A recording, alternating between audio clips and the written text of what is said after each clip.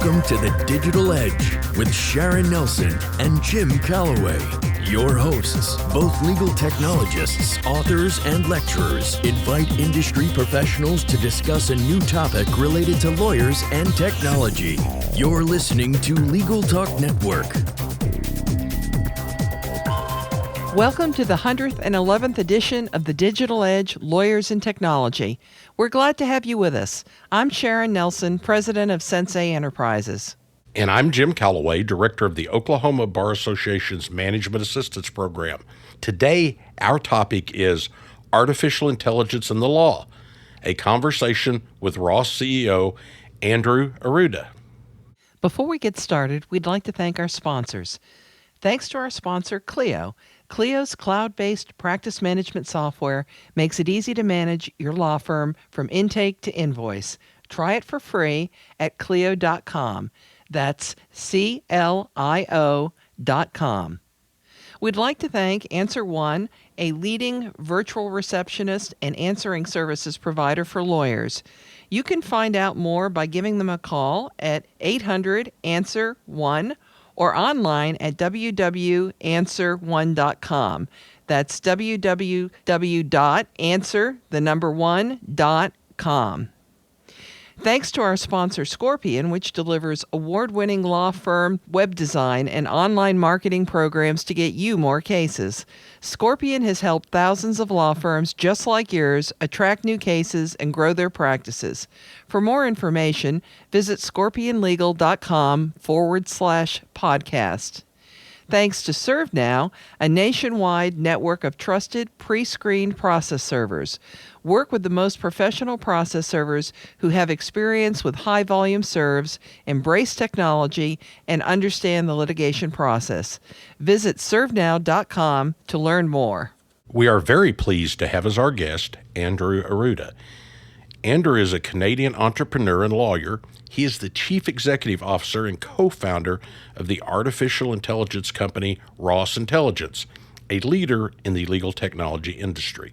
Andrew speaks internationally on the subjects of artificial intelligence, legal technology, and entrepreneurship, and has been featured in publications such as The New York Times, BBC, CNBC, CBS, Fortune, Inc., Forbes, and the Financial Times. A member of the Forbes 30 Under 30 class of 2017, as well as a 2016 TED speaker, Arruda aims to forever change the way legal services are delivered. Thanks for joining us today, Andrew. Thanks for having me, Jim and Sharon. It's a pleasure to be here, and I see that it's the 111th show, so that's kind of fun. I like those numbers, 111, and excited to chat to both of you today. Well, we're glad you're with us. I'm not sure how many people there are listening who do not know Ross Intelligence because your publicity has been very good. But for those who might not, can you please tell us a little bit about the company? Absolutely. Well, I'm glad I do what I can and to get out there and get the word out. What we do is build artificially intelligent systems for the law. The goal is to have human lawyers be able to do more than humanly possible. And so the first area that we started in was within legal research. And so using Ross, lawyers can ask their questions in the same way that they would ask a human colleague walking down the hall and asking them their questions. And instead of getting back thousands of links to cases which may or may not actually help you, Ross surfaces the exact passages of law that you need to do your job. Ross also monitors the law for you around the clock so that, if a case comes out and you should be made aware of it, it'll pre-read it, highlight all the most important cases for you, and passages rather, and email you and alert you within the app. And Ross is even learning how to put together some legal docs, like we're trying to train Ross how to put together a legal memorandum. And so we're always kind of deepening what Ross can do and widening in the areas that it's available. And right now, for those listening, if you're a bankruptcy practitioner or an intellectual property practitioner, you can have Ross assisting you and helping you day to day already. Well, that's very interesting. I understand that Ross operates in the legal research arena, at least now. Is it a replacement for Westlaw or LexisNexis? Blue Hill recently prepared a research paper on Ross's performance and found that using Ross with Westlaw and Lexis led to a reduction of research time between 20 to 30%. What do these results mean to you and to the whole legal profession? And what technology or people are law firms going to remove when they bring in this type of artificial intelligence? Yeah, Jim, so you're absolutely right. I mean, we operate within the legal research arena. At present, we're really not a replacement for your Westlaw or LexisNexis. And that Blue Hill report, I'm glad you mentioned it because it was something that we're very proud of, because we really wanted to benchmark our technology and be able to kind of show, what we could out of the box help firms with, and reducing, the amount of time you're spending on legal research between 20 and 30%. Means a lot. It means, returns in terms of overall money for law firms and profits. It also means that the clients are happy. And it also means that the professionals equipped with ROS are able to do their job more efficiently and actually develop much quicker. In terms of, what these results mean to the industry, I think what it means is we now have other tools available to help you in your legal research tasks. I think that relates to your final question, what in terms of the removing. I think oftentimes when folks talk about artificial intelligence, they like to think about it in terms of kind of like the machines versus the humans, and what do we remove? As a matter of fact, the way it works and the way that our partner firms use it, it's a tool that human lawyers use to be able to do things efficiently. It's a symbiotic relationship, and so you don't really see folks being removed. Especially if you go to most law firms and you ask them, hey, would you want more folks to be able to help you? They usually say yes, and usually they're like, oh, resource-wise, we need more people, but we can't necessarily just afford to hire a ton more people. So ROS is really that tool that comes on, acts as that assistant, and really supercharges what you can do. Well, interesting. You kind of answered my next question. So I think I'm going to reshape it a little bit, because I do think a lot of lawyers are worried about artificial intelligence replacing their jobs. And from my own perspective, I think a certain amount of that fear is justified. But I do understand what you're saying. And I've watched with considerable admiration as you've kind of turned your ship a little bit into a different harbor, because originally it was called ROS, the Superintelligent Attorney. And now you have more shaped ROS from the point of view of the lawyer as somebody that allows the lawyer to be more efficient, serve the client better, and to focus on something other than what you might call the goat work of the legal world, which we really don't want to do. And so how did you come to the realization that that was something that needed to be done? Were you just getting some negative vibes from lawyers who were afraid of losing jobs? Well, you know what it was, Sharon? It was, I think in other professions where you're like, hey, would you like another team member that could help you a lot? That phraseology and that kind of way of kind of marketing your tool is effective. But I think in law, what ended up happening was the same thing that happened when other technology became available, like email and telephones and computers. It led to folks being like, well, can it do this? Can it do that? Well, it can't do everything. And what we realized was, hey, let's ensure that the messaging is clear. And so as we continued to iterate, on our messaging and grow as a company, we wanted to make sure it was very clear. And so, now it's pretty, I think our tagline on the website, it says, allow humans to do more than ever before possible. And I think that's really where we landed on. So, when we started, we've been around now for about 2 years. It's also about knowing the culture of law. I myself was an attorney beforehand, but I had never been involved in legal technology per se. So it's just about knowing customs and knowing about, the most effective messaging. And I think once folks start talking about and seeing ROS and using ROS, usually what they realize is, oh, this allows me to be much more efficient.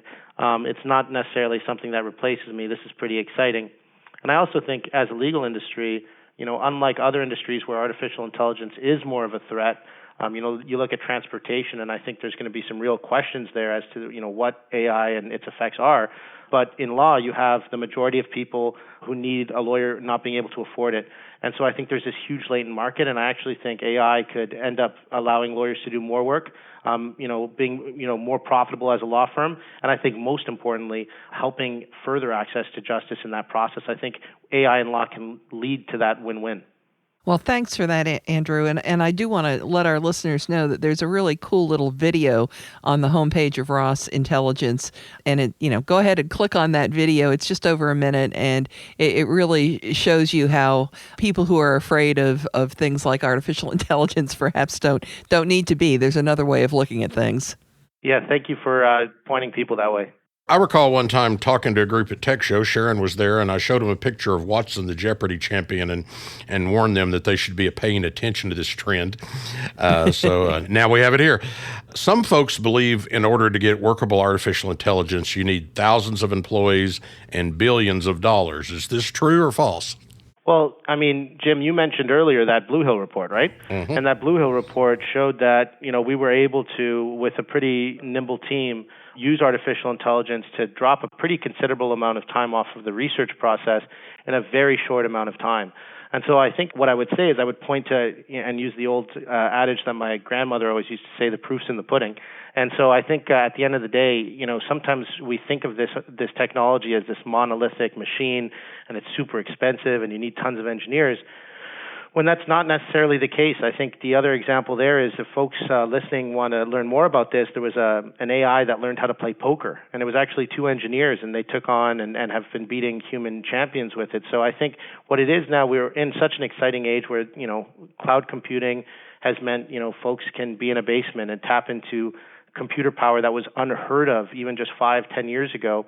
You have the maturation of a whole bunch of algorithms and techniques, and most importantly, you have readily available digital data that you can use to train these systems. So I think certainly on a wide scale, we can't wait until we're a company with tens of thousands of folks, et cetera, and in every country.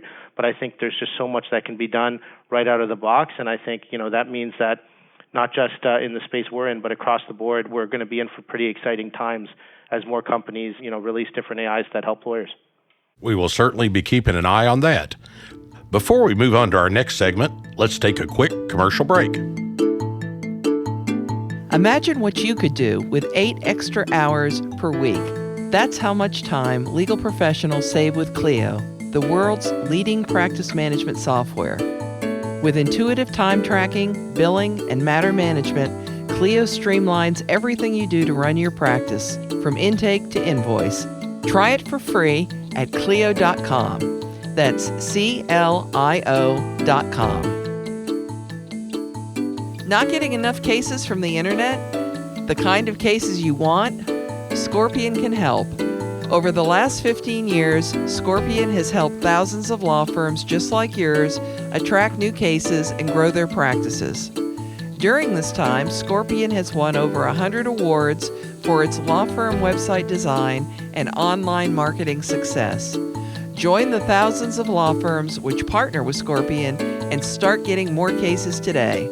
For more information, visit scorpionlegal.com/podcast. Welcome back to the Digital Edge on the Legal Talk Network. Today our subject is Artificial Intelligence in the Law, a conversation with Ross CEO Andrew Arruda. Andrew is a Canadian entrepreneur and lawyer. He is Chief Executive Officer and co-founder of the artificial intelligence company Ross Intelligence, a leader in the legal technology industry. Andrew, I think there's probably a ton of misconceptions about AI, but can I ask you to single out what you think is the biggest one? Yeah, absolutely. I think the biggest one is that, and it's a danger, it's that, right now folks think about it as this tool to replace, and I also think sometimes folks overestimate where artificial intelligence is now. They expect it to be something that can, paint your back porch, cut your front lawn, do everything for you. And so what I would say is, these tools are really, things that can assist you and help you. You have to see where they fit into your workflow. And I think, the misconception I think right now is that right now we have these sentient beings that, or an army of robot lawyers out there trying to take folks' jobs, and it's certainly just not the case. Well, I will say robot lawyer concept has produced some interesting graphics on the internet. But artificial intelligence is being used in marketing more and more these days. Has the technology been overhyped? Ed Walters, the CEO of Fastcase and a professor who lectures on AI, has been quoted as saying that AI today is about 5% real and 95% hype. What's your response to that? Yeah, so first of all, Ed and I are just such great friends, and he's such a great legal tech pioneer, and someone we actually had on our Ross Intelligence blog recently. So folks out there listening, if you want to see that, check that out. But what I would say about that is, and I've talked to Ed about his belief on that. What Ed's saying, and I'm prone to believe, is whenever a new, technology comes out, there's this kind of overhype phase where everyone talks about it, and it leads to discussions, like I mentioned, of this super sentient being, et cetera. And what that's meant in law is there's certainly been a rush to just include the term artificial intelligence in your product. Meanwhile, maybe that product doesn't even need artificial intelligence, or maybe it's not necessarily the best fit. And so what Ed was talking about is we have to ensure that you vet the companies that are making those claims, and I think that's critical. And that's why from our perspective, we sought out the industry leader in kind of testing product lines.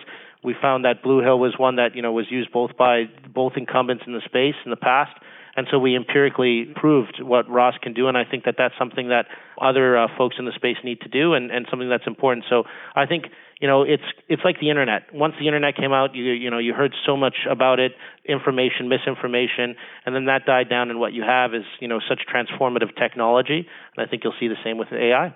So if lawyers continue to rely on the billable hour model, will they ever adopt artificial intelligence, which they tend to think will cut into their profits? What do you think about that, Andrew?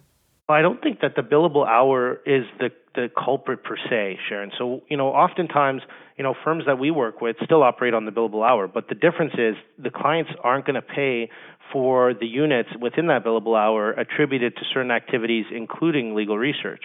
And so I don't think it's the billable model that necessarily is a problem, because actually the clients have actually taken back a lot of control on what they will accept or not.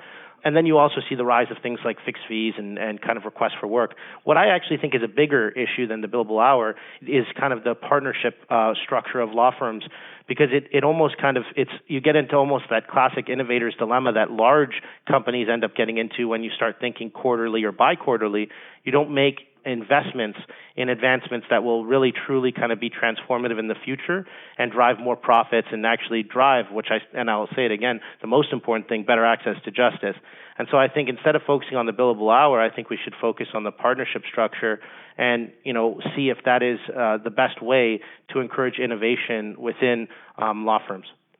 Andrew, I'd hate to admit how many decades your hosts collectively have under our belts on trying to get lawyers to use modern technology. What do you see as the biggest challenges facing legal technology adoption today, and what are your challenges as you see it in introducing artificial intelligence to the legal industry? Well, Jim, I think at the end of the day, you're going to see the same challenges introducing any new technology in law you faced in the past. So you're going to deal with, pessimism, you're going to deal with resistance, you're going to deal with a whole bunch of things. And I'd love to say, the reason why ROS has been so successful is simply because we have just the world's greatest product. It speaks for itself, all that. But I actually think a big factor in that has also been the changing climate of the legal market. And so Georgetown, always releases that yearly report. And for folks listening, you should go out and read that. What you're seeing is the clients are saying no to things. Clients are taking back control. And so I think a lot of the challenges in terms of introducing new legal technology are actually being removed because the clients are getting back into control on it. I think the classic challenge you face in any legal technology introduction is adoption and ensuring folks put it into their workflow. And the way that we overcome that is by having such a brilliant customer success team here on our end who just work tirelessly to ensure folks are getting the most out of the technology. And so I think it's a combination of doing what you can, and also in many ways we're very happy that the market has changed in a way that has led to a lot of law firms to, seek out different ways of doing things and think innovatively. Before we move on to our next segment, let's take a quick commercial break. Is your firm experiencing missed calls, empty voicemail boxes, and potential clients you'll never hear from again? Enter Answer One Virtual Receptionists. They're more than just an answering service. Answer One is available 24/7. They can even schedule appointments, respond to emails, integrate with Clio, and much more. Answer One helps make sure your clients have the experience they deserve. Give them a call at 1-800-ANSWER1 or visit them at answerone.com/podcast for a special offer. Looking for a process server you can trust? ServeNow.com is a nationwide network of local pre-screened process servers. ServeNow works with the most professional process servers in the country. Connect your firm with process servers who embrace technology have experience with high-volume serves, and understand the litigation process and the rules of properly effectuating service. Find a pre-screened process server today. Visit servenow.com.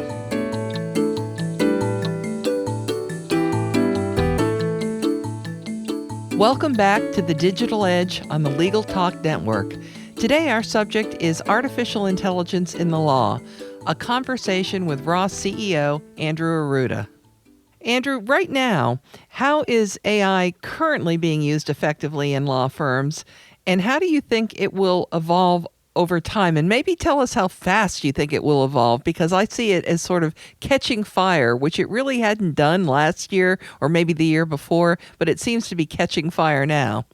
Yeah, absolutely. So how it's being used effectively in law firms right now, in terms of on the Ross Intelligence side, it's really streamlining legal research.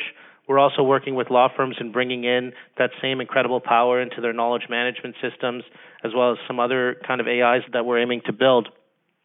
I think, where I see it evolving over time is so that you could be able to ask questions to an ecosystem of AIs that can interact with one another and get you the information you need.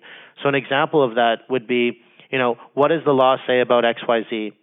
What have we as a law firm done in the past that, best mirrors this? What's the most relatable instances and cases we've dealt with? How long do these cases typically last? How much, should we charge our clients for this? And all those different AIs, which are siloed, dealing with different data sets, being able to be interacted and kind of, surfaced upon just asking your questions. It's really about making your internal knowledge not only something that could be easily queried, but also allowing it to learn and essentially come alive on its own. And I see that that's the direction that you'll see AI going. In terms of the speed, I think that's tough to say. Because at the end of the day, Sharon, you also have to keep in mind that these systems, it's a symbiotic relationship. And so a lot of the time, what I like to tell folks is with the right amount of money and the right partners, we could pretty much build a lot of pretty, kind of out there stuff that a lot of people think isn't possible today, but it is. And so you just need to find the right folks. And, we've been really lucky to be working with leading law firms, solo practitioners, small law firms, medium, large, international. We work with in-house teams, and that's been some great partnerships.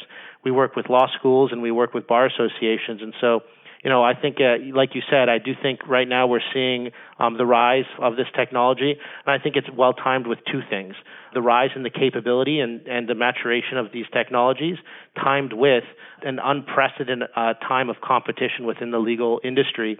And so it's kind of that perfect climate for folks who are now like, okay, well, our clients want us to do more with less. How do we do that? Well, let's talk to Ross Intelligence. Let's talk to other, legal tech companies implementing AI and see what we can do. So I think it's a really exciting time. I think 2017 is going to be very exciting, but I also think, this is an evolution of technology, and I think it's going to be exciting to see where we are today, tomorrow, and the future. And, like you said, Sharon, things do catch, and it goes really quick.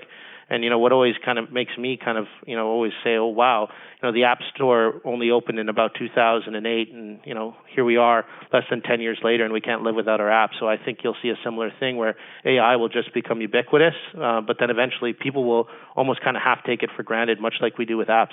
Yeah, I think you're right. There are kids who don't think there's any other way to research besides talking to Alexa. Exactly. I mean, you talk to some folks, and they don't even know what a floppy disk and the image on Word look. They don't know about that stuff. And sometimes, as a profession, sometimes we typically hold back on adopting new technology, and that's fine. I think for good reason. We need to make sure everything's cross the T's and dot the I's. But what I always encourage folks to do is experiment, innovate, and whether the tool is enabled by AI or not, it's about experimentation and really, at the end of the day, how you can deliver the best value to your clients, the best results. It's something your clients deserve. It's something they expect. And whether the tool is enabled by artificial intelligence or not, you need to come up with that toolkit that allows you to be an effective lawyer. And I think AI is just this incredible force that's now getting involved and allowing lawyers to do more than they ever could before. And I think that's a good thing across the board. How can folks listening who are interested in bringing Ross into their law firms or their in-house teams get in touch with you and your team? And can you give us a range of what an annual subscription to use Ross might cost? Is it priced per user or by firm size or some other way? We hear that question a lot. Absolutely. So for folks wanting to get more information about Ross Intelligence, our website is rossintelligence.com. For folks who want to keep up to date, I mentioned we have a blog going as well. That's blog.rossintelligence.com. In terms of how we price Ross, as I mentioned before, Jim, it's priced in a way that is accessible both from a solo practitioner all the way up to your large international law firms. Our sales team can be reached through our website as well. And all you got to do is just kind of click on a button, fill out some info, and someone will reach out with you and start a conversation. Pricing is something that's really never gotten in the way of anything, and I think most of the time folks are pretty surprised at how affordable it is. And I think the testament to some of the smaller law firms and their testimonials and some of the news that they've said and some of the stuff they've said kind of speaks for itself. And I think in many ways artificial intelligence is this incredible force that can even the playing field. So I'm very excited about the large law firms that we work with, but I'm particularly excited about the solo, small, and medium-sized firms we work with as well. Well, I know they'll be glad to hear that because it's something I've heard them worry about. So we want to thank you so much for being our guest today, Andrew. This whole subject of AI, what can I say? I'm an AI junkie. I've had the pleasure, of course, of lecturing with you and meeting you, and it was great just to have the conversation today. And I know our listeners enjoyed it. This is a whole brand new world to them, and they're so busy practicing law, most of them haven't had the time to focus on AI in any real extent. So thank you again for taking the time to be with us. Thank you so much, Sharon. I think, like you said, I myself got my start at a small law firm. And so for those out there listening, it was the same thing for me. I wasn't aware of all these options in legal technology just because we were just so busy doing what we were doing. And so get out there, experiment, and we'd love to chat with you. And Sharon, thanks so much for having me. Jim, it's been an absolute pleasure. And like I said, I really love the numbers 111, and I can't wait to continue conversation and see you both at one event or another as the future progresses. Well, you can count on that. You bet. And that does it for this edition of the Digital Edge Lawyers and Technology. And remember, you can subscribe to all the editions of this podcast at LegalTalkNetwork.com or on iTunes. And if you enjoyed our podcast, please rate us on iTunes. Thanks for joining us. Goodbye, Miss Sharon. Happy trails, cowboy. Thanks for listening to The Digital Edge, produced by the broadcast professionals at Legal Talk Network. Join Sharon Nelson and Jim Calloway for their next podcast covering the latest topic related to lawyers and technology. Subscribe to the RSS feed on LegalTalkNetwork.com or in iTunes. The views expressed by the participants of this program are their own and do not represent the views of, nor are they endorsed by, Legal Talk Network, its officers, directors, employees, agents, representatives, shareholders, and subsidiaries. None of the content should be considered legal advice. As always, consult a lawyer.